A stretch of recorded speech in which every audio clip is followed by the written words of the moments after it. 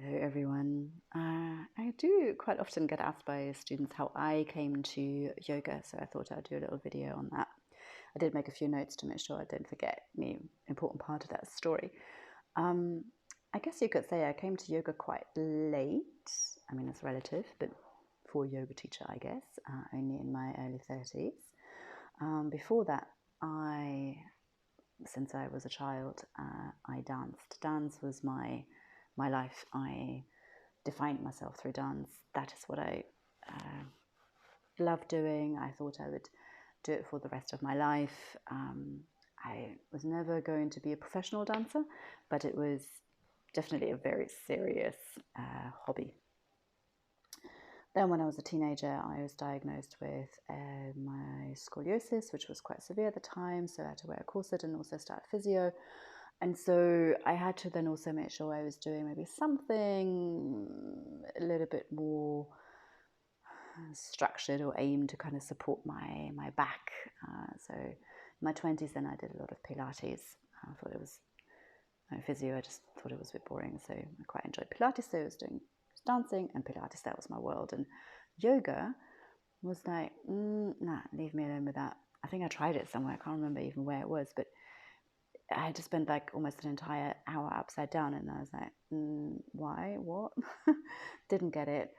Also, to be fair, I think it was probably a little too hippie for me at the time. It wasn't my thing. I just didn't get it. Until one day, I was working in the media industry at the time. Somebody in the office said, "Oh, you must come to this yoga class." There was like a little gym in the office, and they offered different classes. It's like, no, thanks, I'm good. I was, no, come. You'll love it. Fine, I'll go. And I quite liked it. I liked the teacher. She was really down to earth. She was really real. She was making a lot of sense in my mind. She was a bit different. I liked her. Um, so that was one thing. And then the other thing, I was quite challenged by it.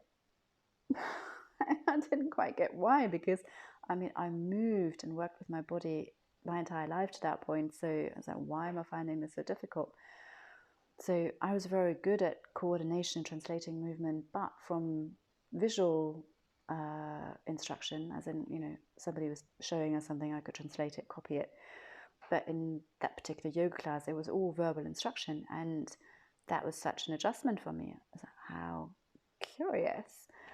And then physically, I even was a bit challenged, like being so much on my knees and my wrists, I thought was quite tough. And I would always have to laugh. She would go like, and come into downward facing dog and relax here, take 5 breaths. And like, there is nothing relaxing about being in this position. What is she talking about? So there was a little ego side in me that was like, just not going to be beaten by this. Basically, no, I can do this. This is silly. I'm sure I can do this. So I went again and again and again a few times. And yeah, I was beginning to really enjoy it. It was a vinyasa flow class that I started with. Um, and I really realized how, yeah, it was helping me also with all of the stress. It made me forget, and, all of the stress at work and all that. So yeah, this is cool. Now, one little curious thing here, and it wasn't a conscious consideration, like weighing up pros and cons or whatever, but literally at the very same time, I stopped dancing. I just stopped from one day to the next. I never saw that coming. And in retrospect now, maybe my body kind of had an inkling or a wisdom somehow that my body needed something else. It was time for something else. That maybe the dancing wasn't really that good for my body. And in fairness, I was probably in pain most of the time. But I just stopped. Then I went on my first yoga retreat, and there I was like, ooh, okay, there's also something else to this whole yoga thing. It's not just the kind of physical side. Um, this goes somewhere deeper. This is interesting. I came back from that yoga retreat floating through the office. Everybody was like, what did you take? I want some of that. Um, and it was really also a lot of it was a lot of the other people around me who really noticed a difference in me. And I think after a couple of years or so, people were literally saying, like, you should become a yoga teacher. I mean, you love this so much. And clearly I must have been talking about it or doing something very differently that I hadn't even realized. It hadn't crossed my mind to become a yoga teacher. I was having a career, a perfectly fine career in media, thank you very much. Anyway, but they kind of planted this idea in my head, and then I said, oh, no, I can't ever be a yoga teacher because I'll never ever do a headstand in my life. It's just not going to happen. I mean, you don't really need to be able to do a headstand to be a good yoga teacher, for one. And then also it was like a sign. Literally 2 or 3 weeks before my yoga teacher training started, I did my first freestanding headstand, and I was like, oh, it's meant to be. Anyway. So yeah, and then in the meantime, I found an Indian Shivananda teacher that was local to me, and that gave me a lot of very different insight. And then I started my teacher training. It was a 500-hour training over 2 years, so really quite in depth and long.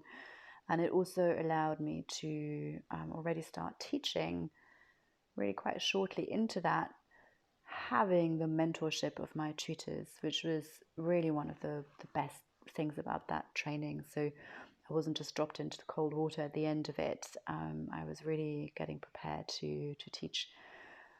Around that time, so we are now in my early 30s, I did start to have a little bit of trouble with my back from my scoliosis, and my right side was also, I was always really quite tender and in pain. I was having massages, and at some point it was getting to that point where I went to see a cranial osteopath every single week for 3 months. That was getting very frustrating, to say the least. I felt very dependent and worried, and saying, no, I'm too young, like, really, this should not be happening. And I was so lucky that by that point I had already been exposed to a few different kind of teachers, different approaches, something around fascia release, and then a couple of Skaravelli inspired yoga teachers, something around structural support. And one of my tutors on the teacher training also was a Skaravelli inspired yoga teacher. And I knew of this teacher around where I was living at the time, and started working with her on a one-to-one basis. And as soon as I started to work with her, I didn't feel the need to go back to the osteopath anymore, literally from one day to the next. And yeah, in fairness, I then went to see her every week. But big difference was that felt like I was in charge again of my own body. I was in control again. And also it was making a much bigger difference. My pain shifted entirely.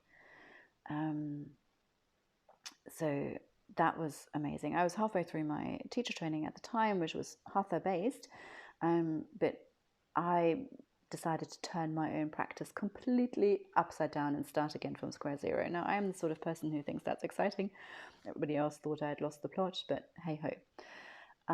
So I started to work with every Skaravelli inspired teacher that I could find. I had a couple that I really worked a lot with, so grateful. I also got involved in a yoga organization in the UK. For some times I had the opportunity to invite quite a lot of them, and so I got to work with them. And so it became also very clear, and I guess really through my own story, that I really wanted to work way more therapeutically in my approach to yoga.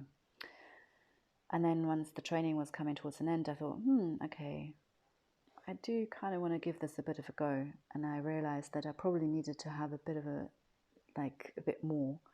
So I decided, because at that point it was already clear that I was going to have a more therapeutic approach, I thought it would be good to add like a form of body work or therapy. And I stumbled just as much as I kind of stumbled into yoga. I stumbled pretty much into Thai yoga massage. I could do another video on that, how I came to that. And it just all went from there. And now, I run my own yoga studio. I run a school for Thai massage. I train people in my approach to yoga. I don't work in the media industry anymore. I mean, not that there's anything wrong with that, but and yeah, it's something that I do hear quite a lot. Very similar story. Yoga has a sort of way to, I don't know how to put it, like open some doors, bring things into your life that you never expected, turn your life upside down, whichever way you want to look at it. But yeah, that's my story.